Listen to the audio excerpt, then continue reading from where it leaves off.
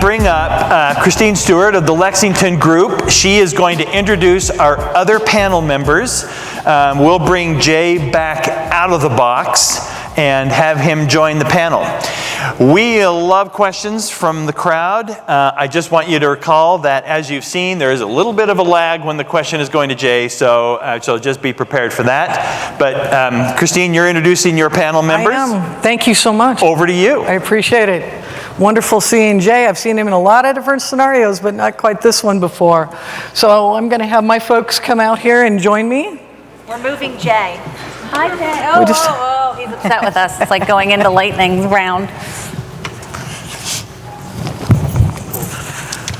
It's nice to see so many familiar faces. It's even more nice to see so many new ones and people that I've learned to meet at other events or certainly in social activity this past pandemic period of time. So I think you guys have all read the topic that we're talking about. Just a very brief history on it. When the Channel Chief Advisory Board that works for ImpartnerCon got together at the beginning of the year, we had a discussion about what did we all think everybody should put forward, what they thought would be the top topic that we thought that our partners, that our clients, our vendors, that the world at large wanted to hear about in this space. And across the board, I think 100% it was ecosystems. So here we are. About 2 months ago, we released a paper called Ecosystems, the New Partner Imperative. And I think you're starting to get wind of that in the last two presentations. So what we wanted to do was provide you with some amazing thought leadership looking at this from a variety of angles to kind of dig down a little bit deeper into this and maybe answer some questions. We're going to leave time, maybe like about 8 minutes at the end for each of you to ask some questions. There'll be some roving mics, so we want to leave time for that. So quickly, we'll just get into the group here. Maybe? Yeah, you're there. Oh, no, you're past it. Oh, there we go. Right, so again, Kristine Stewart, Lexington Group. I have a channel consulting firm. I've been doing that 7 or 8 years. My past is working at a lot of different companies just like you. I worked at Cisco for about 13 years, got into this in 7 years and absolutely fell in love with it. And you can probably imagine why, because I get to work with a lot of great, smart, cool people and a lot of changes in this world. So what I'd like to do is introduce very quickly my group. On my far right, I have Cassandra Gholston. She is the CEO and founder of a company called PartnerUp that I, in my personal opinion, thinks was quite a bit ahead of their time. Thanks, Kristine. And I just want to say thank you to ImPartner for bringing us all together. We've been a longtime partner of ImPartners for the last 4 years. And Chelsea, thank you on the marketing team for getting us all in person. PartnerTap, we are a data sharing application. We help with account mapping, pipeline sharing, and accelerating co-selling for your ecosystem. Thank you. And to her left, we have Jared Gholston. Jared, some of you may just become aware of. He is the CEO and co-founder of an organization called PartnerHacker. Hey, ImpartnerCon, happy to be here. If you haven't subscribed, we have Partner Hacker Daily, which is a 7-day-a-week newsletter. It's a horrible idea, but there's about 5,000 people, and it has a 50% open rate every day, 7 days a week. So we're a media company covering the era of the ecosystems, and happy to be participating in the best time to be in the roles that you all are in. If you like provocative in the panel, you got it. Yeah, I'm the most controversial person here. We'll see if we can make some friends. We're going to skip this guy in the middle because I think we all know who he is and we all know and love Jay. So I'm going to move to, well, here's the deal. So I originally did not have Janet on this panel, and I thought to myself, Kristine, what the heck are you doing? We've got one of the smartest folks attending the conference here, and a friend of mine who knows one heck of a lot about what's happening in the ecosystem and can participate with us. So, Janet Schijns from the JS Group. Well, first of all, right back at you and everybody up here on the panel. And Jane Michelle says, could you bring home some gifts for the girls? Just wanted to give the wife update to Jay. And I'm Janet Schijns. I lead the team at JSG. We're a group of channel consultants that are a little different. We've all carried the bag, done the job, had the beating up from the senior executives, and we really pride ourselves on actionable insights and how to really help you to enable your channel to succeed and, quite frankly, take more than your fair share from the competition. So I'm really looking forward to having that discussion about the ecosystem. Thanks for having me. And I'm trying to get one last move on the slides. And after lunch, you're going to see Kristine. One more? Well, there, that's the one, perfectly. All right, so let's get into it. And Jay, I know we need to keep moving because I don't want to keep you from going to Barceloneta Beach, which I know is absolutely fabulous. Mm-hmm. And there's probably some lovely tapas at some little fun spot on Barceloneta because I've been there before, so we'll keep this moving for you. When in Barcelona, they don't eat till midnight, so I am actually good. Yeah, you probably have a siesta involved somewhere in there. Okay, it might come in about 10 minutes. We'll see.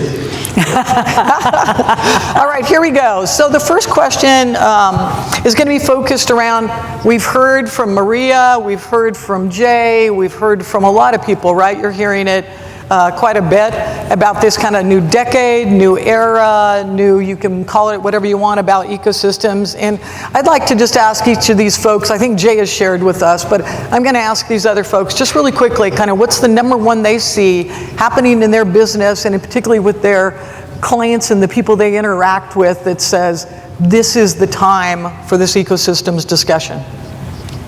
Cass. Well, what I'll say is, the decade of the ecosystem, what we're seeing is an explosion in automation around partner technology.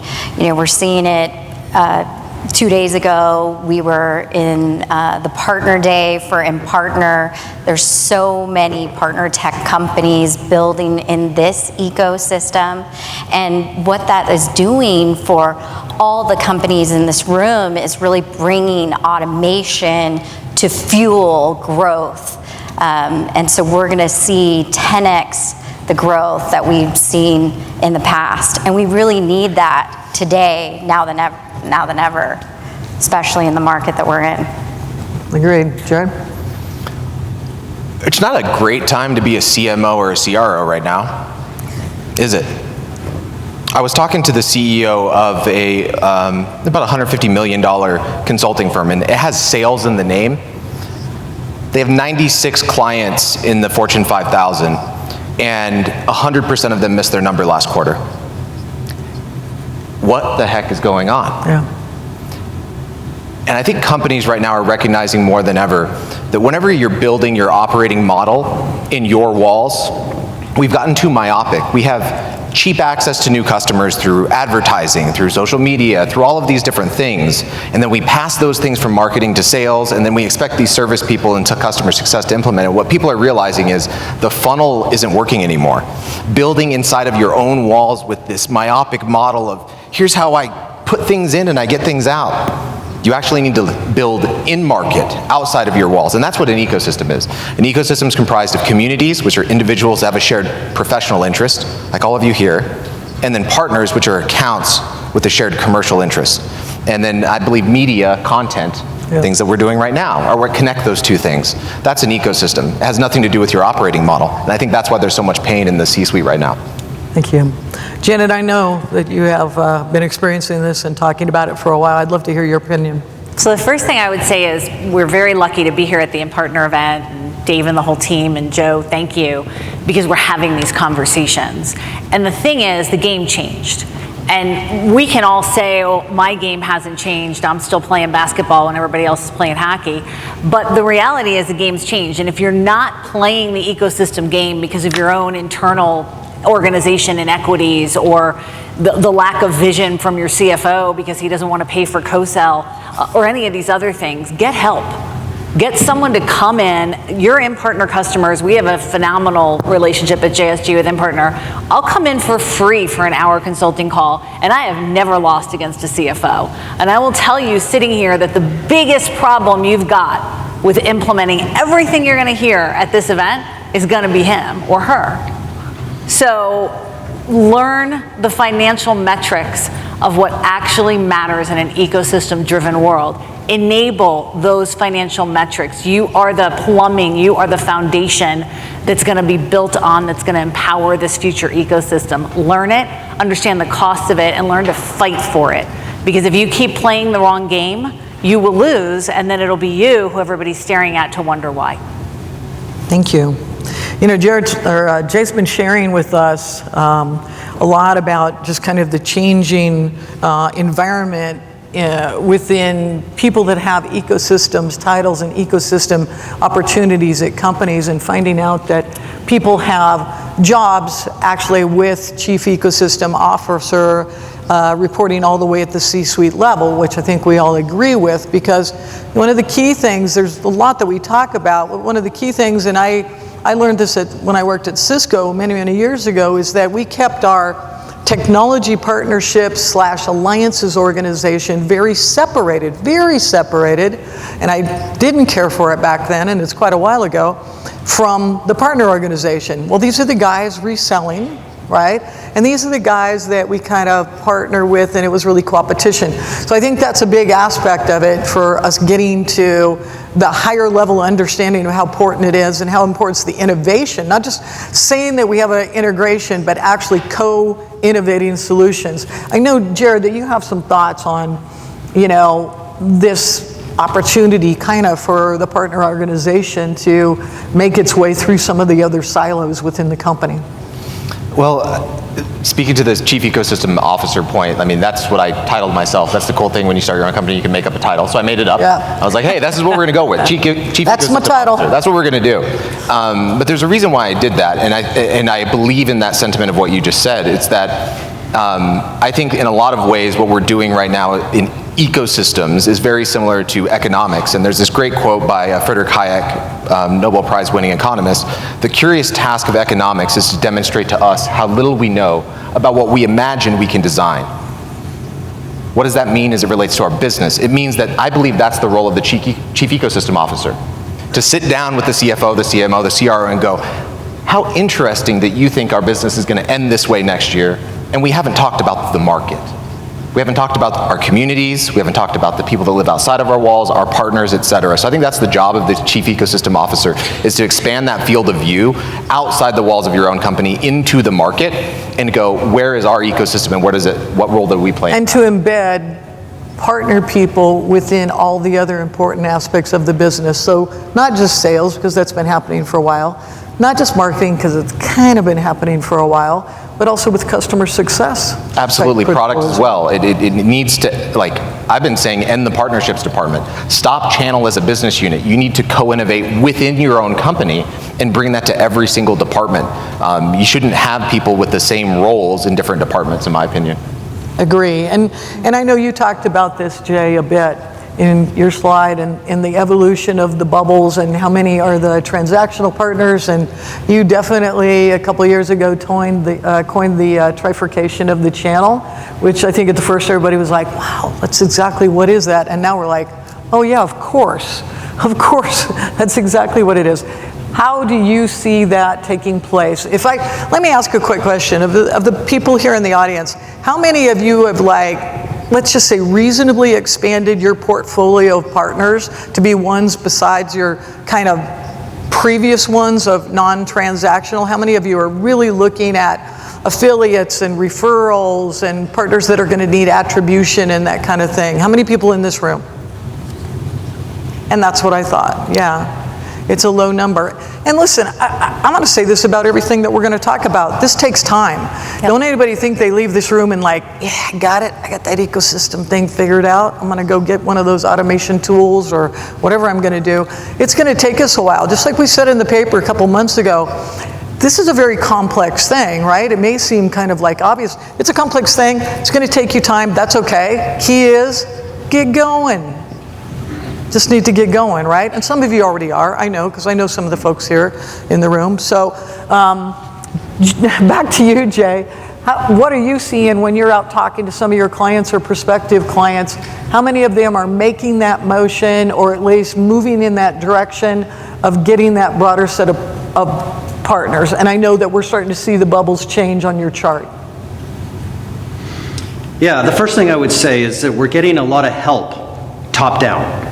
And so whether you're a public company or a private company, for example, if you're a private company, there's a high likelihood that your private equity company and your board of venture capitalists or whatever it is are out writing blogs right now about ecosystems, about the future of ecosystems and how everything is partner forward.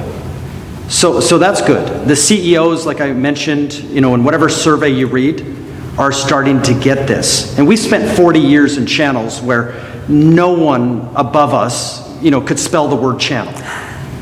But when you're into this modern world, because by the way, channel is a short form for channels of distribution. Yeah. How to get your product to market and how the money changes hands. The reason for the ecosystem, the reason for this new language is we're talking about the 6 other partners.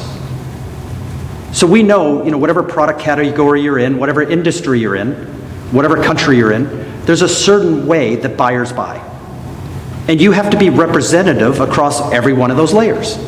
If a lot of them buy direct, you have to have a very good direct offering. Marketplaces, indirect. But after you're done that equation, with your senior leadership team, it's time to have the conversation about the other 6 partners. Where do they show up? What do they do? How do they influence the customer? What's the rules of engagement? And then at some point, how do they get us a customer for life? All the metrics of what we look at, the cost to acquire a customer and these customers for life, are actually, as Janet said, much more aggressive and much more beneficial than doing things in a traditional way. Okay, cool. So now we're going to get into a topic I like enjoying about, and many of you are probably tossing about right now, and that's direct versus indirect, right? And it's always been a topic. And we know it's a cultural change, especially for bigger companies, right? The sales organization rules the roost, and why shouldn't they? But how does what's happening now with ecosystems, with the different types of partners that we have, with the innovation and yada, yada, all of those things, how do we actually see that change being implemented? I want to ask this question first of Jared, because there's a lot of debate about, all of the automation that's coming, with being able to, work across our organizations, but how will that also work with just keeping those relationships intact between the organizations and improving them, in fact. And I think I know where we're going with this, that some of the new tools that are becoming available are actually tools specifically to help partner account managers or channel account managers, whatever you call them, work better with their AEs. Yeah, I'm not a fan of the indirect versus direct language, and I'll give you an example as to why, even in like B2B SaaS or hyper-growth technologies, Bessemer Venture Partners comes out with every year their State of Cloud report. BVP is a top 5 VC firm in the world. I can also bring up a stat from Andreessen Horowitz, but they said in their 2022 State of Cloud report that indirect partnerships are now table stakes from day one. But what they meant when they said indirect partnerships is just not direct, right? That's what they meant. They meant was, and what's crazy is VC thought leadership is upstream of typically executives. Why? That's how you get fired, that's how you get money, you raise money, that's how you get a raise or you get your next round of funding. And I think the walls are breaking down where I'm seeing executives that are more open to working together than they've ever been before. So I think the forcing function of the market and the timing, we need to break down the walls between these different departments, and you shouldn't have, partner marketing and then partner enablement, like separate functions that don't talk to each other. To be part of the same organization. Specialization is and for strategically ants, for thought insects. through, right? I mean, and we're going to go from the time of like people bragging like, hey, we're 100% partner attached.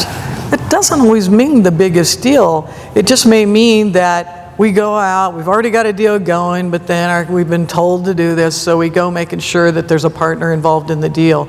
That world will change in the next few years, where partners will be sourcing deals, partners will be bringing in leads, and your own internal organization, whether it's marketing on a lead or whether it's directly to sales, if it's like a real deal and a real opportunity, your organization will be working with their organization to more quickly bring that deal through the funnel into closure, typically at a higher ACV, typically quicker than you normally would have done it yourself, typically at a lower customer acquisition cost, maybe.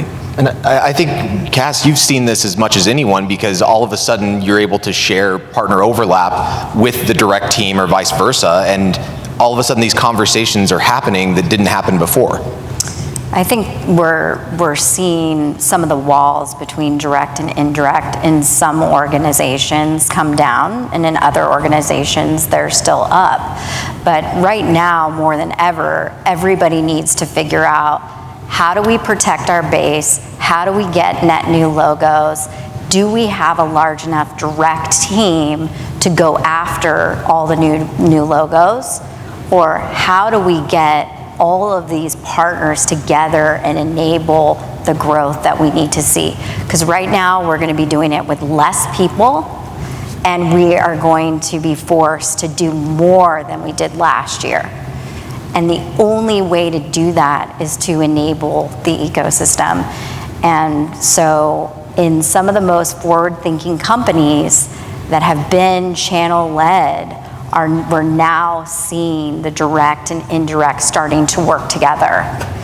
Yeah, and let's face facts. yeah. I mean, it's I really wanted to go to you there. antiquated thinking to say direct owns the account. Think about how the primary channel sells. Primary channel sells through a bill of materials, right? They go out, an MSP, for example, a systems integrator, they go out and they sell an outcome. As a vendor, you're selling one little tiny piece of that outcome. Many new vendors, in fact, struggle to get end user customers' attention, and that's why they embrace 100% channel, 100% through the channel. Companies that have been around a little longer will say, no, direct owns these accounts. So the first thing we have to do is say, you don't own an account as a direct, you just don't, I'm sorry, right? This is a community collaboration. The second thing you have to figure out is, what's the smallest thing you can do for the biggest impact to prove this to people? Because I'm going to tell you right now, you're not proving to the direct sales VP that he doesn't want to work with partners if he doesn't want to work with partners. You're not, right? Deep breath, he's going to go, yeah, this channel is fun. So you need to do the smallest thing for the biggest impact. And frankly, right now, that's influencers. Jay talks all the time about the sphere of influence, but you can enact a new channel program, smallest thing for the biggest impact. I saw how many people raised their hand. Not a traditional referral program, but an influencer program with points and benefits for people that help you influence and get those sales to the team. And money if the sale closes. Now direct begins to have a reset of the expectation of what channel is, right? And you begin to tampen down the emotionality. And I truly think that's the problem with this direct indirect thing right now. It's emotional. And we need to understand, we can sit here on stage all day, you're gonna go fight that fight. So you got to figure out how you kind of back into it. I think that's the best advice I can give. Back into it. And I think that that's what a lot of people are looking at, especially if I look at the titles, a lot of people in this room, from an operational standpoint, it's also going to be, how do we think that compensation models will change for our own sales organization? And again, I know from turning a very large aircraft carrier at Cisco, you don't do that quickly, right? Correct. You slowly evolve their plans over the years. So, because Cisco people, any people that have been doing this for a while are used to their targets and their plans being in a certain way, and it's kind of stressful when all of a sudden you change how those targets work or you share that. Yeah. And the implication of that is you're going to have to double bubble for a while, Right. because of the way that that's going to work, and that's just got to be part of the deal, and that's okay. That's okay. And a bad economy changes a lot of behaviors. Yep. So in a bad economy, you won't have enough sales engineers, you won't have enough salespeople. You can get away with a lot more. I've run some huge channel programs. You're going to get away with more because you have this in-partner partnership and the ability to automate and plumb and create these programs that'll work quickly, and to compensate for lack of sellers and technical people in the next 300 days than you've been able to in the past 10 years. So use the bad economy to your advantage. And with our time, I'm trying to move us along because I think we've got some other great questions. It also leads right into the next question, which was like KPIs and metrics and ROI. So you listen to all this discussion of these different type of partners, and the way that you're going to pay them is not the way you're used to, right? The incentives will change, and it'll be about attribution in the non-partner sourced, but in the partner influenced, partner assisted types of sales. How are you going to look at attribution? How do you measure? There's companies that have been doing it for a while, as Jay has talked about with impact and such. but there's also a lot of new companies in some of those ecosystem islands he discusses that are looking at different ways to do that. There's a lot of different types of influence. Like you think influence is like maybe one or two things. There's a whole set of categories of influence of, they tell you about this company, or it's a common company, or they make an introduction to somebody, or they give you some insight into what's happening in that potential deal, or they reference you, or they actually, provide you SME support and helping to close the deal. And at some point, you'll probably give, different levels of incentives to those different types of influencers. Do you have any thoughts on that at all, Cassandra? Before a deal registration happens, there's so much that has happened. Is in front of that. And one of the things that we see is we allow collaboration between partners prior to a deal registration. So if you're using the full solution of PartnerTap, you can track all of the touch points that happened between multiple partners and sellers inside of an organization to truly see the influence. All these backdoor conversations, this partner was the actual influencer. Now you have the data to actually prove that influence. Yeah, I think that we'll have to get over kind of our old school way of looking at ROI, and I think that's changed anyway just because of the pandemic and how far the digital transformation is taken to where a buyer is actually interested in buying our products and actually talking to people about them, because again, they've done all that research ahead of time and such. But I'm gonna segue, because I need to very quickly, into Jay's favorite topic and one of mine, which is just this whole tech stack and automation. And so we got to hear about some of his, in the last 2 years, his new islands that fit in with some of the previous work that he was doing with some of the companies that do various partner ecosystem or those types of applications, and now to be considered flat platforms. And I'd like to say, starting with you, Jay, where do you see of all of those different ecosystems and those new companies which are literally showing up every day, right? Maybe not as quickly as they were before our market changed a bit. Which are the ones that are really taking hold? Which are the ones that people are really grasping onto and say, this is the first pilot I need to do? Yeah, it's a great question, because it actually answers your previous question as well. It's actually a technology-first answer. So, and you've got the right people on stage to talk about this. So, when I consider in the past, in those 28 moments, it'd be wonderful if I could use ImpartnerCon and do a through-channel marketing automation campaign. I get to see the click, I get to see the activity, I get to kind of measure, monitor. Great. If that moment happens outside of ImpartnerCon, now the question is, okay, I need to go find partners who generate those moments, who recorded the podcast, who wrote the ebook, the association, whatever it is. But now I have other tools I can use. There's a referral and affiliate tool I can use, and that was one of the acquisitions I mentioned that ImpartnerCon made. So that's another layer of watching into those early 28 moments. Then now there's another layers. So you talked about impact, and there's companies like PartnerEyes and AWin that brought from consumer this Kim Kardashian-like attribution software, which is like 50% art, 50% science, but trying to predict these moments and measure them. But now you've got a wonderful tool like PartnerTap that solves a really big problem early in the journey. So no partner wants to share their CRM or spreadsheet of customers with a vendor. That's something that hasn't changed in 40 years. But if I could send that up to a protected escrow service where it's double blind, and my vendor does as well, and I've got a magical tool to do account mapping, maybe sharing of that activity, now I've layered in 4 technologies here to monitor maybe 20 of those 28 moments. The company does that the best, that realizes that PartnerTap plus ImpartnerCon is 1 + 1 = 3, is going to be a step ahead of their competitors, and is going to be giving their sales team deals much earlier in the process. And you win deals if you get them earlier in the process. What have you seen, Cassandra, in the acceptance, and you've been doing it a while now, of what PartnerUp is doing? Well, I'll tell you, years ago, we went into a deal, and the partner team, channel team, said, don't tell our privacy and legal team that we're sharing data, because we're sharing it all in spreadsheets, but don't tell them. And fast forward 5 years later, we're still having those conversations, but we now have so many logos in the enterprise. HPE, ADP, SAP, they all have gone through the privacy and verification that it's okay to do this secure data sharing.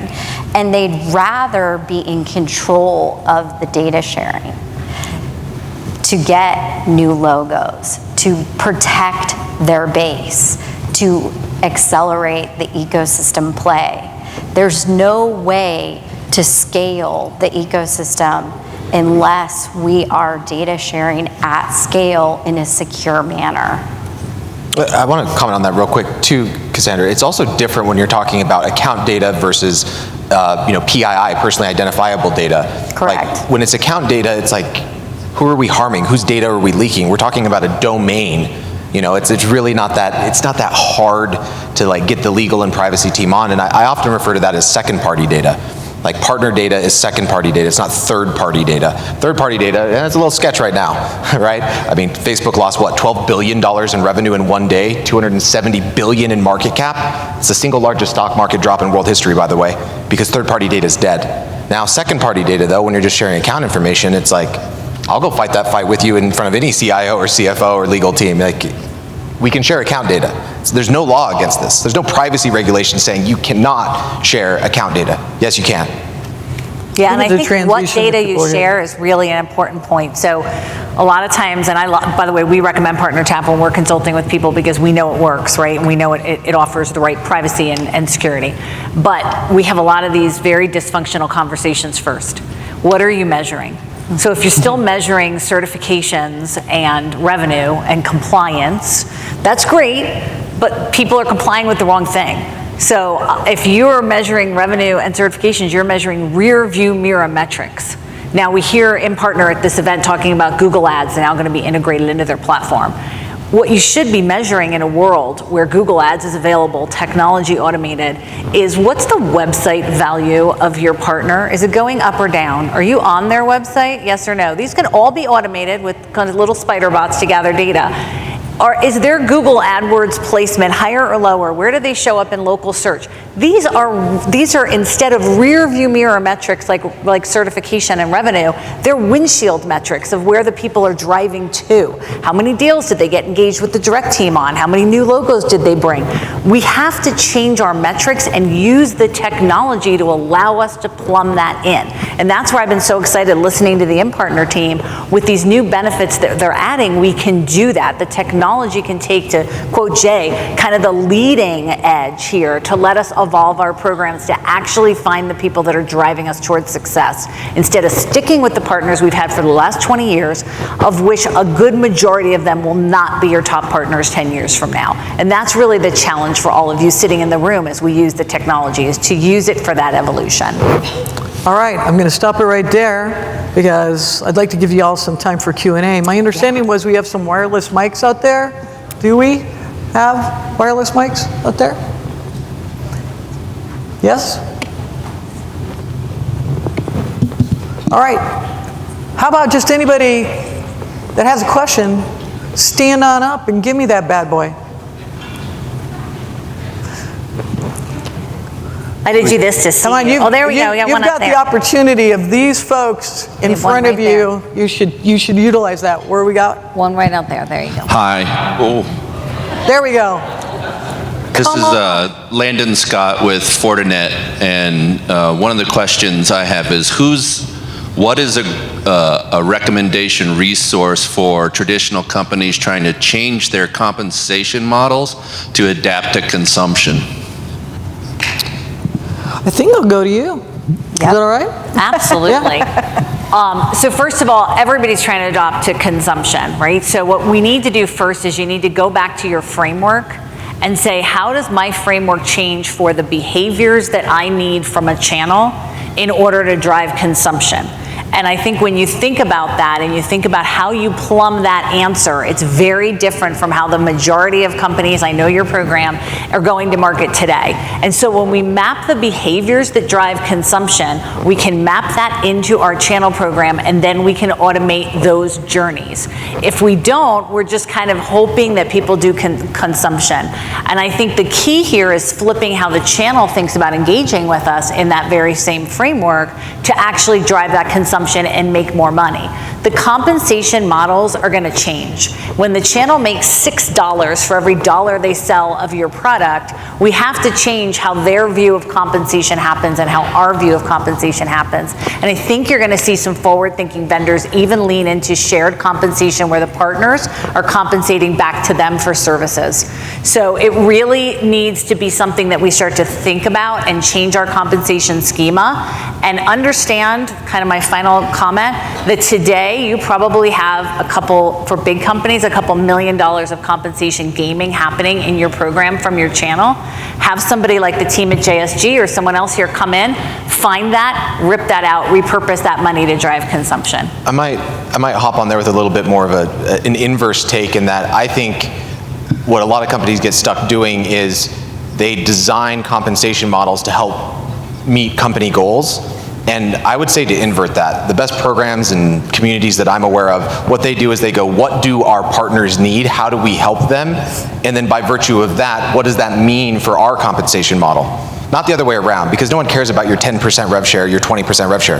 No one cares. No one cares. Yep. Yeah, no one cares about it. All right, Yeah. I'm going to give somebody else a chance because then we're going to have to close up. Where was the other question back there? Right here, over here. Okay, bring it on. So you talked a little bit about startups and building out a channel program, but the indirect side, direct side, enablement, and having them all separate and how that's kind of problematic. Well, it's problematic for me right now. And getting everyone on the same page and on the same team instead of butting heads with marketing, right?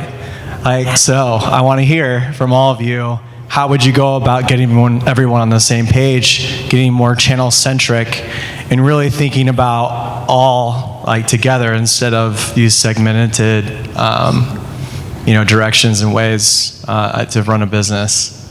I'll have thoughts on that, but I'm going to go to Jared if you want, because I know you know a lot about marketing. Where's that friction coming from? Is that friction coming from a plan? Like, hey, here's our marketing plan. We need to generate X in traffic, Y in MQLs, Z in pipeline. Like, where's that friction coming from? And then I would just simply say to invert. And what I mean by invert is, those aren't the goals. That's, to Janet's point, that's a rearview mirror. That's behind you. That's like, what are we doing to get alignment on the things that are completely untrackable? Things like dark social, influence, communities, media, content. What do our partners read, and what do they want, and what do they need? And that's the thing to get alignment on. Not the thing to get alignment on how are we going to hit this MQL number. That's about you, that's not about them. And I think now is why it's the best time to be in channel or in partnerships, because guess what? Your counterparts in marketing are hurting. They're hurting bad. Yeah. This has never been a worse time to be in marketing. True, honest statement. The average American gets 400 to 10,000 advertisements per day. That's insane. I can say that 100 more times. So go to your marketing counterpart and go, it's not about how we solve our own problems. It's about how we solve the problems that are created by things like dark social and influence. Help them there. All right, I'll close that one up. I'll say one other thing, is that you're seeing some companies now that are actually finding common goals that they can set, that sales, marketing, customer success, and the partner organization all own. I'm not saying they're the same goal. Sometimes they are. They might be partner-sourced revenue. But that they each have, and the technology folks. So how many integrations are we doing? How many adoptions of that actual integration are occurring? It's one thing to do an adoption. It's another after you launch it to see if it's actually, or to do an integration to see it actually being adopted. All right, so we have a few minutes left. What I'd like to do here, because we promised that you guys would get things to take home, and I hope you already have, but I'm going to go through each of my amazing panelists here and give them about 30, 45 seconds to just give you, if I could tell you one thing to take home, and then Jay and you and I will go last. So first I'll go to Cassandra. What should they take home? What should they go back and tell their teams? Because I know how these things go. When I've gone to these, you get back and you get put in a staff meeting, it's like, what did you learn at PartnerCon? Well, I think the next generation it's a different type of salesperson. They have to have a partner mindset. I would say in the marketing department, we have to have a partner mindset. And from sales leaders to channel, it's an ecosystem mindset. And potentially the people that we have today in place might not be the people that are right for the next journey. And so we have to think about that. And let's get some revenue. Absolutely. Go download your free version of PartnerTap. All right, Jared. I would say end the partnerships department and kill the channel business unit. It's time that we integrate and it's partner-led everything. And then if you want more opinions on that, go to partnerhacker.com. You can sign up for our newsletter. It's free. You can get the Partner Hacker Handbook. It's 100% free. Our events are always free. So we're here to give back and make you all famous, contribute, write, consume. And happy to be a part of this partnerships moment because it's very real. There's never been a better time to be doing what we're doing. Thanks for being here. We appreciate it. Of course. Janet. Take a deep breath. Culture kills channels, good or bad. Go back, and a kind of partial answer to the gentleman's question in the corner. Go back and determine how your culture needs to evolve to embrace this ecosystem. One of the exercises we do at JSG with our clients is we look at the framework and how the framework is going to have to change over the next 3 years, because this is a long journey for all of you, right? You can't just snap your fingers. And then we write a credo, a mission statement. I'm looking at Scott Jones from T-Mobile. We did that work with the team. And you take it throughout the entire organization. And I actually am so, ridiculous. I make everybody sign it. This is our channel credo. This is how we're going to work with the ecosystem. These are the promises we will never break. Get that on paper. It sounds old-fashioned. It's not. Make that the lesson you take back from here. The channel is changing to the ecosystem. We have to change our framework. Let's get the cultures that are going to drive that change. I think Jared and I agree on that are going to drive that change to make your organization truly outcome focused, which is channel neutral. Awesome. And Jay, because I'm standing now between you and probably some fabulous tapas, I'd like to get your last advice to all of the folks here. Yeah, if you haven't already, build a team. Build a personal team. Build a community. Build your own little tribe. For example, Janet is my mentor. I learn something every single time I hear her speak. Kristine I talk to once a month, and they're the most wide-ranging conversations ever. Jared is one of the smartest people in ecosystems. He's running an impressive community. There's 5,000 people going to an event in about a month. I mean, it's somebody you want to hook onto, and he's tapping into the best minds in the world in this space. And then I talked about Cass and PartnerTap. There's a technology element to this. The decade of marketing was about technology and building that tech stack and building that marketing motion. The decade of sales was about Salesforce and that start of that sales tech. You got to be thinking about the pilots. You got to be thinking about the work you can do. 1 + 1 = 3.